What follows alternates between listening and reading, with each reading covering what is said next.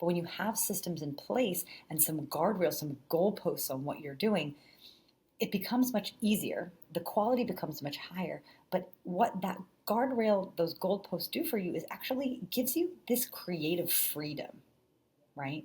It actually gives you the ability to really worry only about expressing the creativity and doing something that is going to be interesting, not worrying about all of the other details, right? So a lot of times working within frameworks and guidelines are what give you that freedom to be creative, because you don't have to worry about the mechanics of it. You don't have to worry about the tactics of it.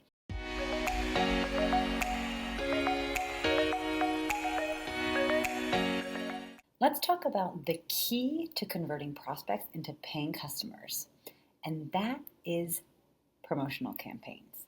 Are you executing consistently promotional campaigns throughout the year that help to get your warm, nurtured audience, the folks that are following you on social media, the folks that are in your email list, the folks that are in your prospect list, and giving them a little bit of an extra push to actually convert, to book that sales call or demo, to actually finish that purchase with you? Promotional campaigns is sort of the thing that we have up our sleeve that's going to help to move people into action. And so I really want you to think about strategically, intentionally designing a promotional calendar for the year, one that is closely related to your quarterly theme, which is something that we talked about last week, which we'll review in a minute, because this is the cherry on top. This is where all of the pieces of marketing really come together to create that ROI, right? How are we moving people into action? And promotional campaigns is the way that we do that.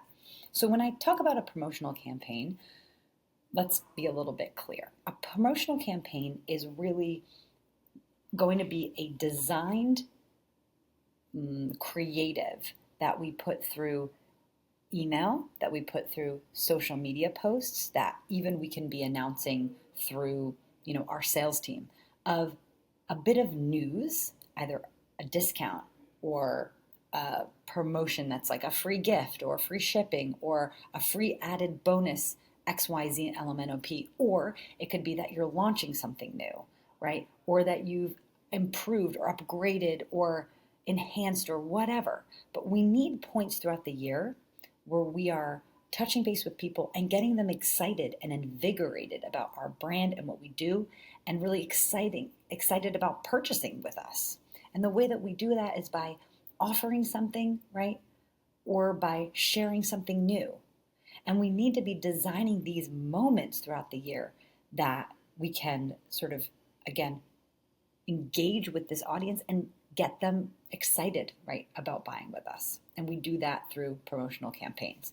So the way that I organize this in my mind when I'm running it for clients or when I'm teaching marketers, because again, you're listening to me because what I hope that I do is make marketing feel easier, right? Systemizing, organizing marketing, because marketing can feel incredibly unwieldy. And that's where the stress and overwhelm come in. But when you have systems in place and some guardrails, some goalposts on what you're doing, it becomes much easier. The quality becomes much higher. But what that guardrail, those goalposts do for you is actually gives you this creative freedom, right?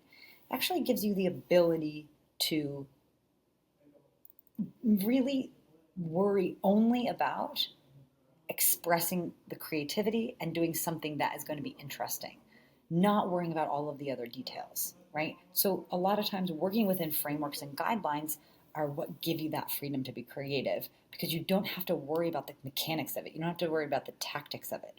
So that's why, as many templates and systems that I can share with you guys, I believe that's really unlocking the key to having success in your marketing efforts.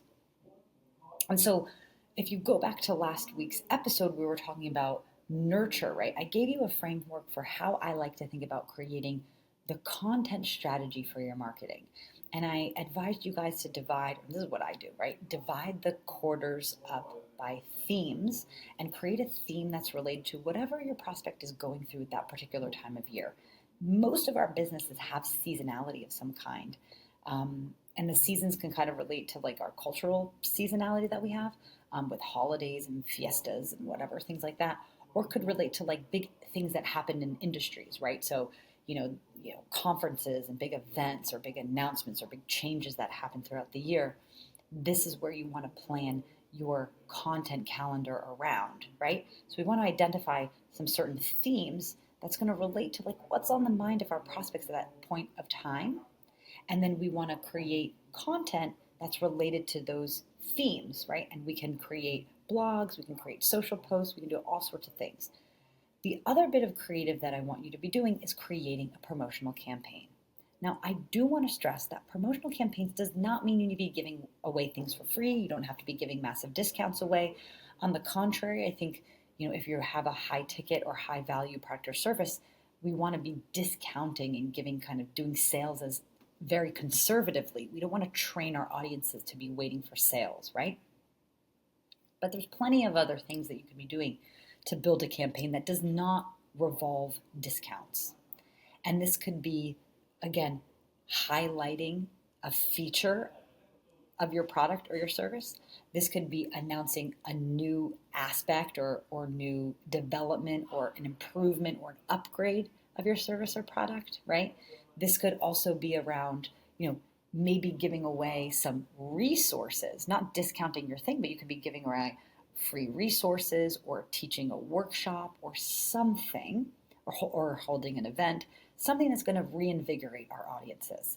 And we want to attach that to whatever like the theme or whatever content is going on in that particular quarter. This is again where that power of all of the marketing things that we do really come together. And I always love to share with this visual with people is that like the marketing you do, it's like your fist, right? And if you're watching on YouTube, you can see my video.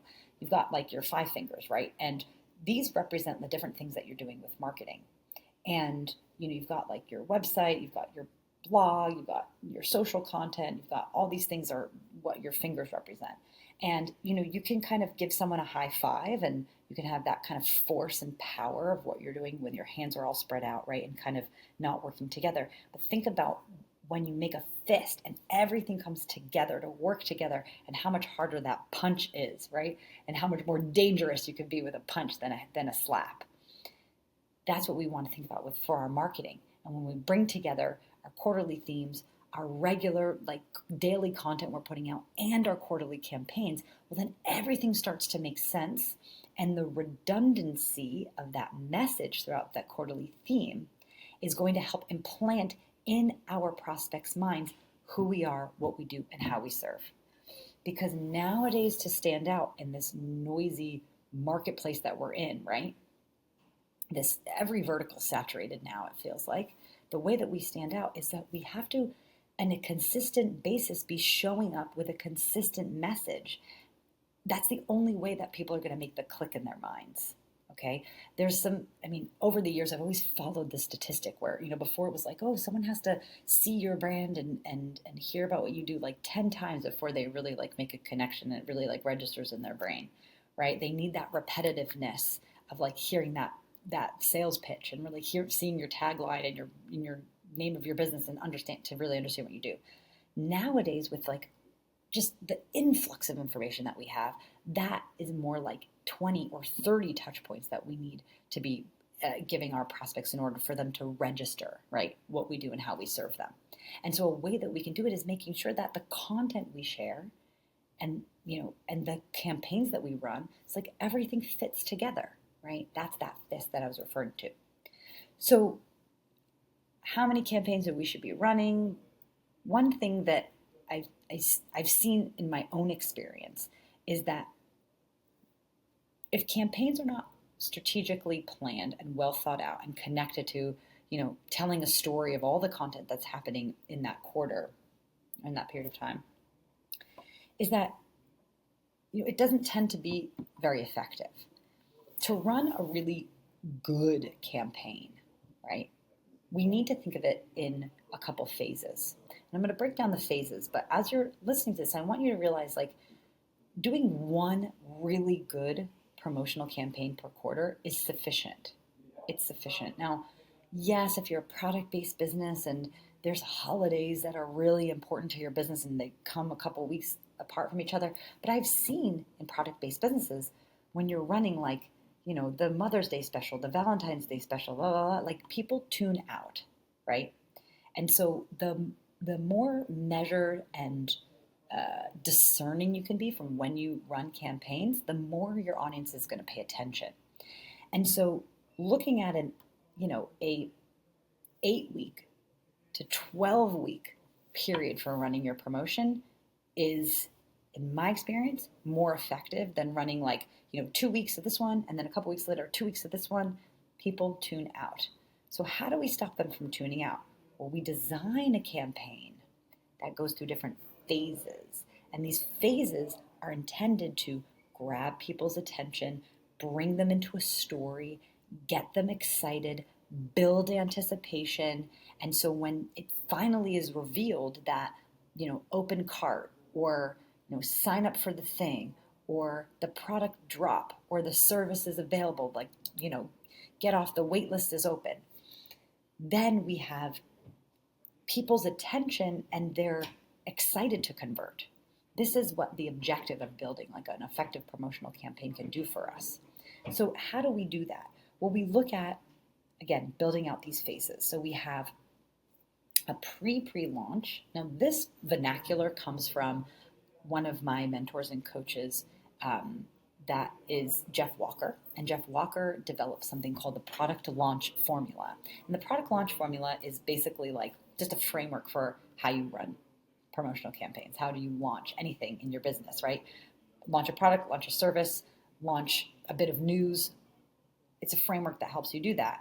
And so you work through different phases. First is the pre-launch phase. We've got pre-launch, the pre-launch, the launch, and the post-launch. These 4 distinct phases. And each of these phases have a purpose. The first phase, which is the pre-launch phase, is where you want to be designing content. So this means your emails that go out, your social content that goes out, is all about piquing people's interest, sparking their curiosity. We're not telling them what's coming. We're just dropping some hints that something is coming, right?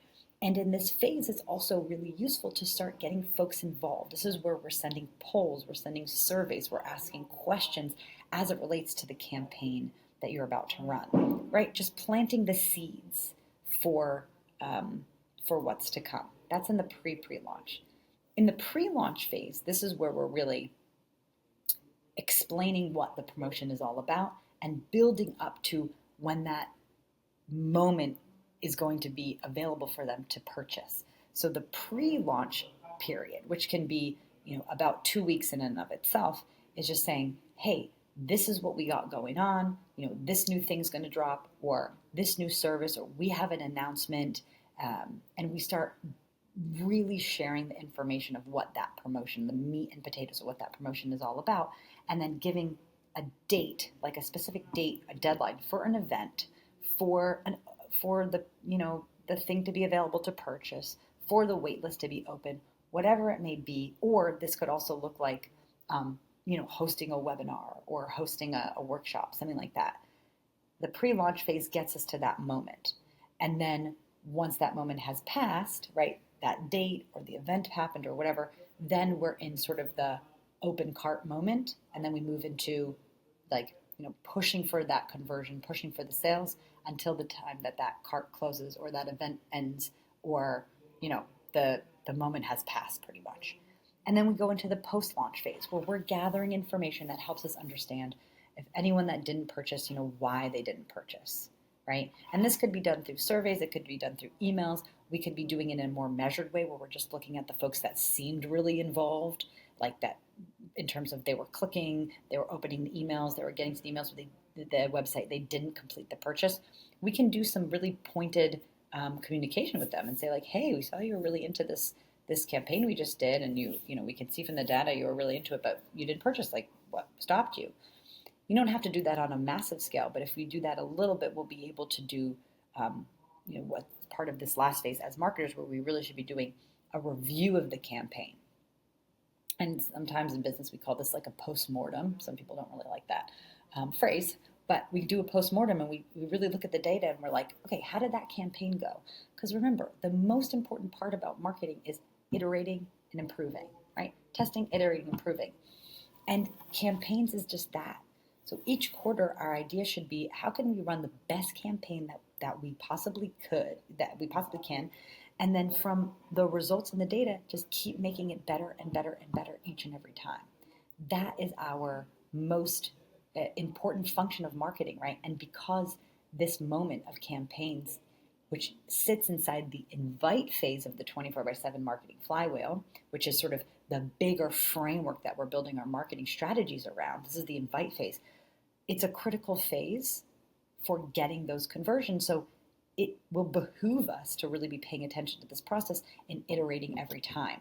But the thing is, it can't be a constant process because we need to be very careful in when we do these bigger sales pushes to our audience. Because if we do it too often, they tune us out, or they could get kind of pissed off and just end up unsubscribing, folks that are interested in what we do, but maybe they're just not ready. We want to be very careful not to burn out our lists, right?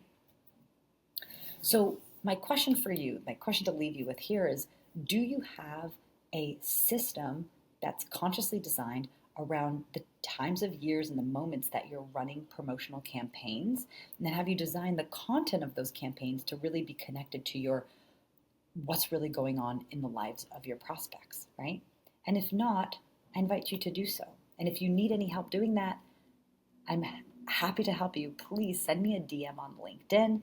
I'm Victoria Hager on LinkedIn. That's where I spend most of my time. I'm happy to give you some tips and tricks of the trade on how you can build out a stellar promotional campaign for yourself. Come back here next week, because after you made the sale, your marketing job is not done. In fact, it could only just be beginning.